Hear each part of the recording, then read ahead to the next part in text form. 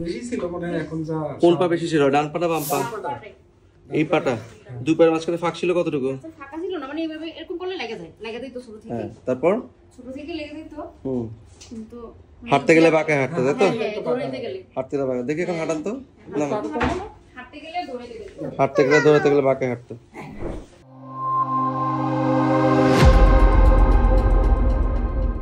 এখন তো আলহামদুলিল্লাহ ফাঁক নাই। আগের মতো মনে হয় না, এখন তো মিলে গেছে না পুরোটা।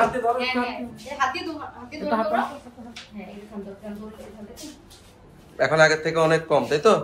আগে যে ফাঁক করে হাঁটতো সেটা আর এখন হাঁটে না। কতদিন ধরে ওষুধ খাচ্ছে? দুইবার সাক্ষাৎ হয়েছে। দেখি হাঁটান হাঁটান। আচ্ছা ঠিক আছে।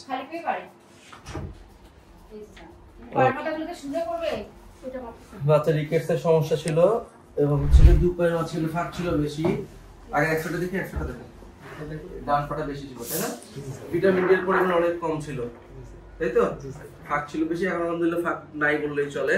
আর যেটা মোস্ট ইম্পর্টেন্ট, যে জন্য ভিডিওটা করা, সেটা হচ্ছে ওর ডিফর্মিটি এতটাই বেশি ছিল এবং এক্সট্রাতে আমরা অবভিয়াসলি কাপিং দেখতেছি। রিকেটসের যে সাইনগুলি দেখি এক্সট্রাতে একেবারে সেম কাপিং ছিল।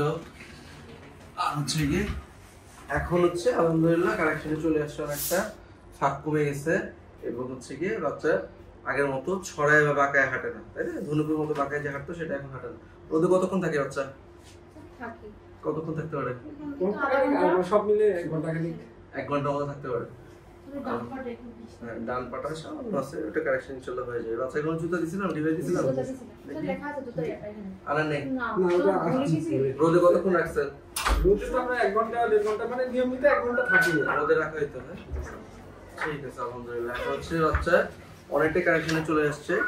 আজকে মনে হয় 3rd ফলো আপ। বাচ্চা 3-4 মাস ধরে হচ্ছে রেগুলার রোদে যাচ্ছে, ব্যায়াম করতেছে, জুতা পরতেছে, আর হচ্ছে সাপ্লিমেন্ট যেটা দেওয়া হচ্ছে সেটা খাচ্ছে।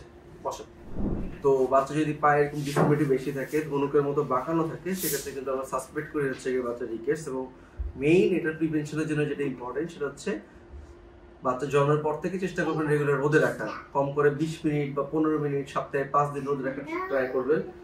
আর বাচ্চা যখন বড় হয়ে যাবে তখন রোদটা যেন মেনটেন করা যায়। সিম্পলি যদি বলতে হয় তাহলে জাস্ট স্কুলে যখন যায়, মাদ্রাসায় যখন যায়, তখন যদি একটু বাচ্চার রিক্সার হুডটা তুলে যদি গায়ে রোদ লাগানো সম্ভব হয়, হাতে যতটুকু এক্সপোজ আছে যেই জায়গাটাতে সম্ভব, বাচ্চা যদি গায়ে রোদ লাগে, তাহলে কিন্তু ভিটামিন ডি এর সিনথেসিসটা ঠিক মতো হয় এবং ভিটামিন ডি ক্যালসিয়ামের মেনটেনটা ভালো মতো হয় এবং রিকেটসের সম্ভাবনা অলমোস্ট জিরোর কাছাকাছি চলে যায়।